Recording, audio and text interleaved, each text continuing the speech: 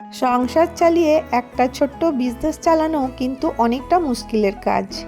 আমি মৌ মাল্টিফ্লেভার চ্যানেলে আমি তোমাদেরকে আবার একবার অনেক অনেক স্বাগত জানাই। আশা করি প্রতিদিনের মতো তোমরা খুব ভালো আছো। আমি দেখো একটা ছোট্ট হোম বেকার, আর আমি কেক বানাবার সাথে সাথে এমন কিছু কাজ করি যেগুলো করলে আমাদের ঘরের কাজটা অনেকটা সহজ আর সরল হয়। আমি প্রতিদিনই তোমাদের কাছে কিছু না কিছু নতুন টিপস নিয়ে চলে আসি। আশা করব আজকের টিপসগুলো তোমাদের একটু হলেও উপকারে লাগবে। তো আজকে আমার কাছে একটা চকলেট কেকের অর্ডার এসেছিলো, তো আমি কেকটা বানাচ্ছিলাম, তো কিভাবে ডেকোরেশন করলাম তোমাদের সাথে একটু শেয়ার করে দিলাম। তো দেখো, এই চকলেটটা আমি র্যাপারের মধ্যে মুড়ে নিয়েছি, তারপরে এইভাবে চকলেট কেকটা খুব ইজিলি ডেকোরেশন করে নিয়েছি। আমরা মহিলারা চাইলে কিন্তু অনেক কিছু করতে পারি। ছোট্ট ছোট্ট টিপসগুলো যদি আমরা ফলো করি, দেখবে আমাদের ঘরের কাজটা হবে অনেকটা সহজ আর সরল। তো আশা করব আজকের ভিডিওটা তোমাদের একটু হলেও উপকারে লাগবে। তো দেখো, তোমাদেরকে কেকের ডিজাইনটা কেমন লাগলো তোমরা কমেন্ট করো। এই রকমেরই নতুন নতুন টিপস প্রত্যেক দিন আমি তোমাদের কাছে নিয়ে চলে আসি। তো দেখো, ছোট্ট ছোট্ট টিপসগুলো কিন্তু আমাদের খুব উপকারে লাগে। তো বেশি কথা না বলে চলো টিপসগুলো শুরু করে দিই। তো আজকে আমার প্রথম টিপস হচ্ছে যে দেখো, কখনো কখনো আমাদের অনেকটা পেট ব্যথা করে। তো কি কারণে হয় আমরা কিন্তু বুঝতে পারি না। সে বড়ও হতে পারে বা বাচ্চাও হতে পারে। তো আমরা কি করি, গ্যাসের ওষুধ খাই, অ্যাসিডিটির ওষুধ খাই, কিন্তু ওইটা করার আগে একটা কাজ আমাদেরকে করে নিতে হবে। তাতে দেখতে হবে আমরা উপকার পাচ্ছি কি না। তো দেখো, আমি আঙুলটা নিয়ে নিয়েছি। কোন আঙুলটা নিলাম তোমরা দেখতে পেলে। এবারে আমি এই আঙুলের মধ্যে একটা পেন দিয়ে দাগ করে দেবো। তোমরা প্রত্যেকেই জানো আমাদের শরীরে কিছু কিছু অ্যাকিউপ্রেশারের জায়গা আছে, যেটাতে আমরা প্রেস করলে আমাদের কিন্তু অনেকটা রোগগুলো সেরে যায়। তো যখনই পেট ব্যথা করবে তখন তোমরা এই টিপসটা ফলো করতে পারো। তো দেখো, আমি পেনের একটা উল্টো দিক নিয়ে নিয়েছি, এইভাবে এখানে চাপ দিচ্ছি। এটা 3 থেকে 4 সেকেন্ড পর্যন্ত কিন্তু চাপ দিয়ে রাখতে হবে, আর এইভাবে ঘোরাতে হবে। তো তোমরা দেখবে এতে কিন্তু তোমরা অনেকটা রিলিফ পাচ্ছ। আর যদি ছোট বাচ্চা থাকে তাদেরকেও কিন্তু এটা করে দিতে পারো। ওষুধ পরে খাবে, যখন এর থেকে উপকার পাবে না তখন গিয়ে কিন্তু তোমরা ওষুধ ইউজ করতে পারো।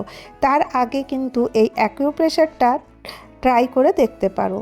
নেক্সট টিপসে চলে আসছি। এখানে দেখো, আমি একটা থার্মাস নিয়ে নিয়েছি, আর এই থার্মাসে দেখো আমরা চা রাখি, গরম জল রাখি, আর এটা কিন্তু পরিষ্কার ঠিক মতন হয় না।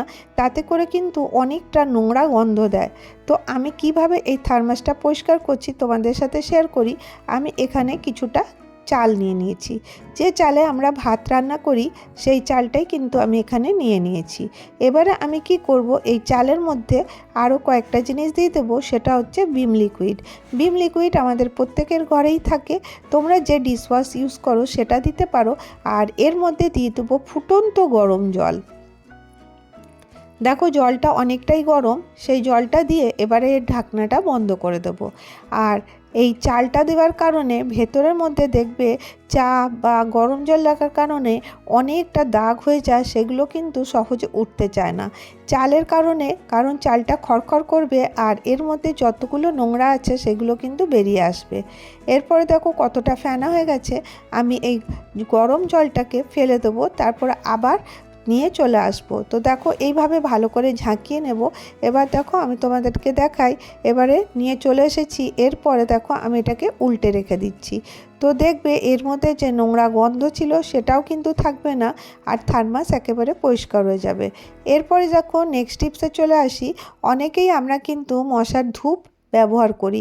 এবারে যখন মশার ধূপ ব্যবহার করি তখন এরকম হয় যে মশার ধূপটা কোথায় রাখবো বুঝে পাই না। তো তখন তোমরা এক কাজ করবে, এই রকমের মাচিস নিয়ে নেবে, আর মাচিসের মধ্যে একটা করে হোল করে দেবে। তো আমি এখানে সেফটি পিন নিয়েছি, সেফটি পিন দিয়ে আমি এর মধ্যে আস্তে আস্তে হোল করে দিচ্ছি। 2 থেকে 3টে করে দেবে, কারণ তার থেকে বেশি মশার মানে যে ধূপ আছে আমরা অতগুলো তো লাগাই না। এরপরে দেখো, মশার ধূপটা এভাবে গেঁথে দেবে, কারণ রাত্রে যখন আমরা শুই তখন কিন্তু এই মশার ধূপগুলো কিন্তু অনেকক্ষণ লাগিয়ে রাখা উচিত না। আর কোথায় রাখবো, আগুন লেগে যাওয়ারও ভয় থাকে। তাই জন্য এই রকমের মাচিস কাঠিতে যদি রেখে, মানে মাচিসের বক্সে এইভাবে স্ট্যান্ড করে দাও, তো দেখবে এগুলো খুব ভালো থাকবে। আর এটা মানে জ্বলবারও কোনো প্রবলেম থাকবে না, এদিক ওদিক লাগানো উচিত না। এবার চলো নেক্সট টিপসে চলে আসি। এই যে রসুনের খোসা আমরা কি করি, ইউজ করে খোসাগুলোকে বাইরে ফেলে দিই। রসুনের খোসাতেও কিন্তু অনেক গুণ আছে। রসুনের যে খোসাতে গন্ধ আছে সেটা কিন্তু অনেক পোকামাকড় তাড়াতে হেল্প করে। আর এর মধ্যে আমি দিয়ে দিলাম কর্পূর। তোমরা প্রত্যেকেই জানো কর্পূরের মধ্যে একটা সুন্দর গন্ধ থাকে, আর এটা থেকে কিন্তু পোকামাকড় পালিয়ে যায়। তার সাথে দিয়ে দিলাম লং। আর এরপরে এইগুলোকে আমি কি করব, তো দেখো এইগুলোকে আমি একটা ছোট্ট কাপড়ের টুকরো নেব, তার মধ্যে আমি নিয়ে নিচ্ছি। আর এইগুলো দেখো, এগুলো ছোট্ট ছোট্ট টিপস, এগুলোকে করলে কিন্তু আমাদের টাকা খরচা হয় না। আমরা অনেক কিছু টাকা দিয়ে কিনে আনি রুমকে ফ্রেশ রাখার জন্য, পোকামাকড় যাতে না আসে তার জন্য। তোমরা এই ছোট্ট ছোট্ট টিপসগুলোকে ফলো করতে পারো, তো দেখবে তোমাদের অনেকটা টাকাও বাঁচবে আর তোমাদের ঘর কিন্তু একদম সুরক্ষিত থাকবে।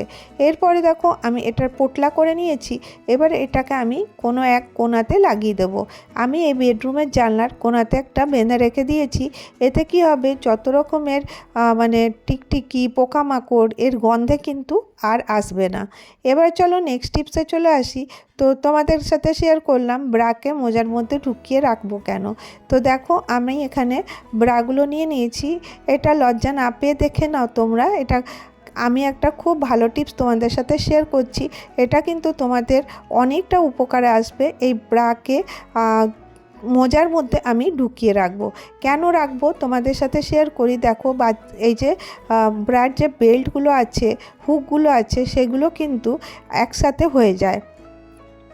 এইভাবে দেখো আমি ব্রাটা একটা একটা করে মোজার মধ্যে ঢুকিয়ে দেব। তোমরা ভাববে এটা কি কাজে আসবে, তো তোমরা দেখতে থাকো এটা দিয়ে তোমাদের কি উপকার হবে।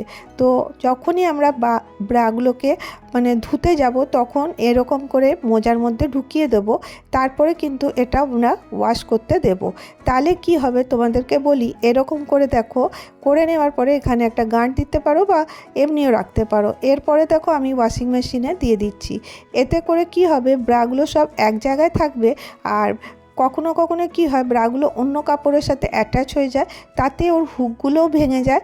আর মানে কাপড় থেকে বার করাও কিন্তু ওগুলোকে টেনে টেনে মুশকিল হয়ে যায়। তো এই একটা ছোট্ট টিপস তোমরা ফলো করতে পারো, তাহলে কি হবে, মানে ব্রাগুলো একদম সেফটিও থাকবে। আর এর থেকে যখন ওয়াশিং মেশিনে কাপড় কাচা হয়ে যাবে তখন দেখবে আমরা এই ব্রাটা শুধু বার করলেই, মানে মোজাটা বার করলেই ব্রাগুলো এক জায়গায় থেকে যাবে। আর এইগুলোকে আর আমাদেরকে খুঁজতে হবে না, আর এর হুকও কিন্তু ভেঙে যাবে না। আজকে আমি তোমাদের সাথে এই কটা টিপস শেয়ার করলাম। যদি তোমাদেরকে ভিডিওটা ভালো লাগে তাহলে একটা করে লাইক করে দাও। অনেক ভালো লাগলে চ্যানেলটাকে সাবস্ক্রাইব করে নাও। ভালো থেকো, সুস্থ থেকো।